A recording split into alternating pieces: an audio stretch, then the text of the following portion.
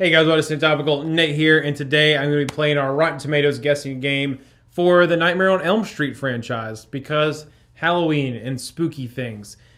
What's really spooky is Strange Wang's Instagram, which you can find a link to if you pop open the description box below. And you can find my social media as well, so go and give us a follow on there. You also find the links to our Coffee account and our Patreon account if you would like to help the channel out in a financial manner. We would appreciate it. Let's guess some scores. He also forgot that there's a link to his 7-hour and 32-minute class on Sacagawea in the description box as well. If you want to hear Nathan talk about Sacagawea for 7 hours and 32 minutes, click on that link. It's only $3.99.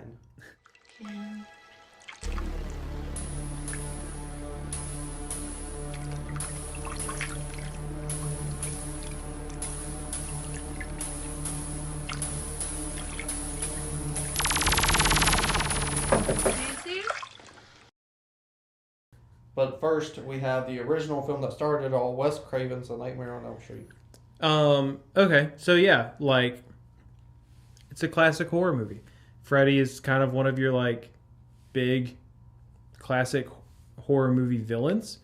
This is the one that started it all. It got people's attention, right? And obviously enough to where we could have however many of these movies exist now, which is quite a few. So I'm going to guess that it's pretty high.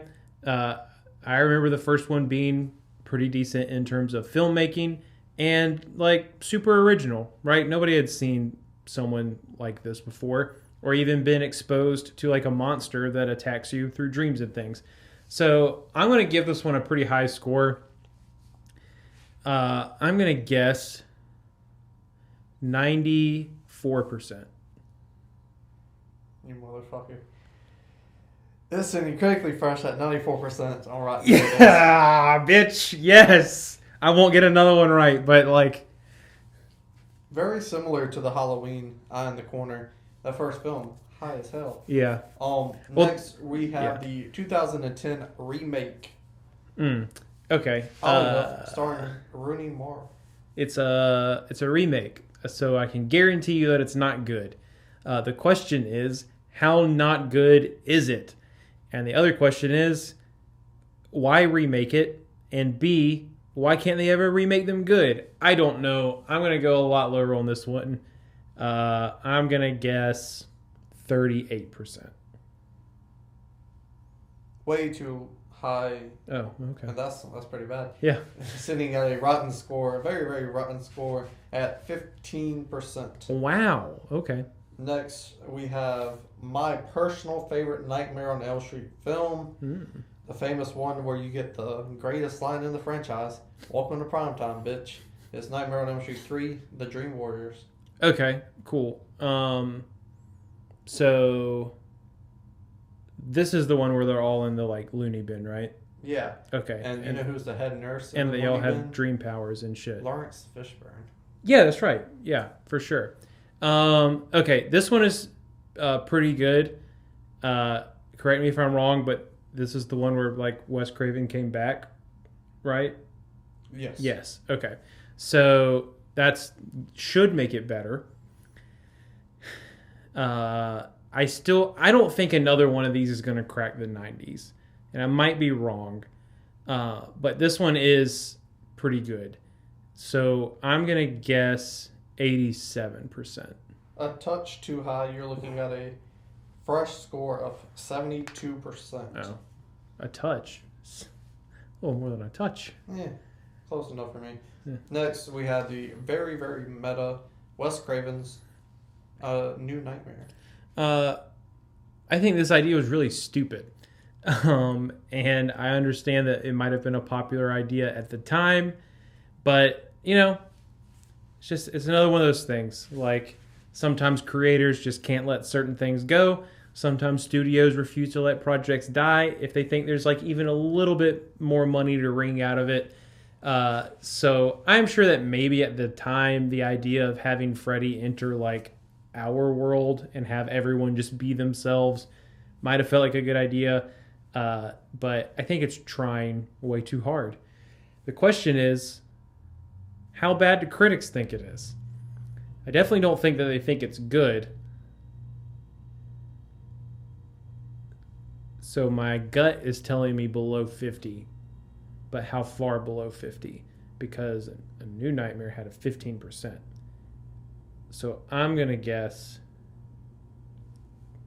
42%. Wes Craven's A New Nightmare is sitting critically fresh Really? at 79%. Oh, well, good for it. With a fresh audience score as well. We'll throw in there. Next, we have Nightmare on Elm Street 5, The Dream Child. Oh, okay. So the one with the baby. I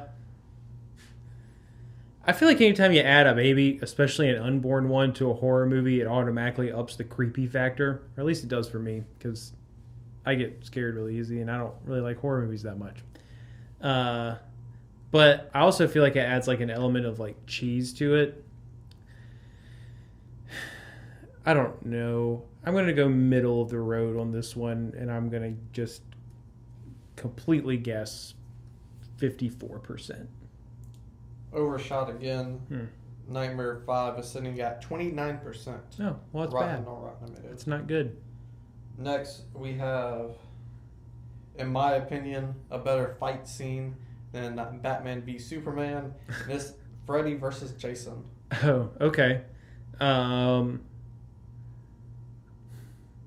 Again, man, studios, they just gotta wring that money out. I don't really remember this movie. I feel like the title's pretty self-explanatory. Fun fact. Yeah. One of the first pair of boobs I saw was because of this movie. Oh. My friend, he went to Blockbuster So you give it like a 99%? Yeah, my friend, he went to Blockbuster with his parents, and they covered his eyes during the nude scene, so he knew there was a nude scene in it. So he took the DVDs and switched them out and brought it to my house. Mm-hmm. And I was contemplating it. I was like, nightmares for 2 weeks of sleeping with the light on, or boobies. And I went with boobies. I don't call them boobies anymore because they're titties now. The same choice that any man would make. You know, somehow your story makes me think that it's even worse than I think it would be. Because any horror movie that has to like rely on like over sexualization is usually overcompensating for how not good the movie is.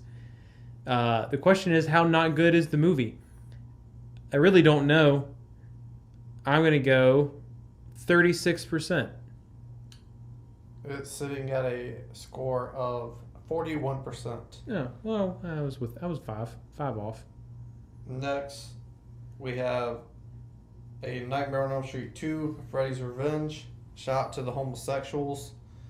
There's a really good documentary on Shudder about this and how like the homosexual thing like implements in it and how they took it for their film, and they're very proud of this one. Really? Yeah. Like the homosexual community is? Yeah, the homosexuals, yes. This is 2? Yeah. Oh. Shout out Billy. Shout out Jimmy. Yeah. Shout out HT. Well, I wish they would have gotten a better movie. Because I know that this one is not very good. Even if it did give somewhat of a fair and respectful portrayal of the homosexual community, which is great. We need more good movies that do that. But for the time that this one came out, that I understand why it stands out for that reason. That's a special thing. But it's still not good. So how not good is it? I'm just gonna go 40.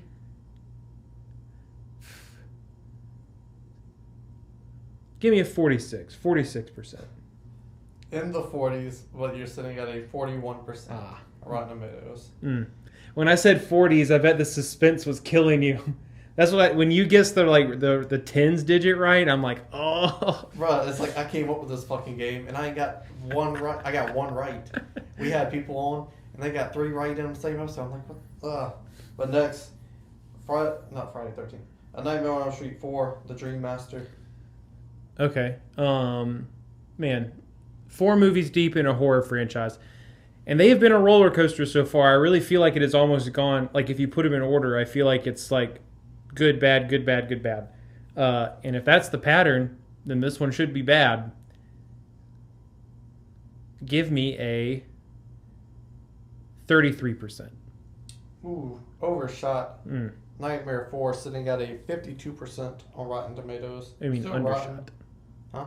Undershot. Yeah, same thing, right? No. Next, we have Freddys Dead, The Final Nightmare. Oh, is this the one where he lives? No, they kill him, sort of. But guess what? There's more movies after this. I really don't remember this one that well at all.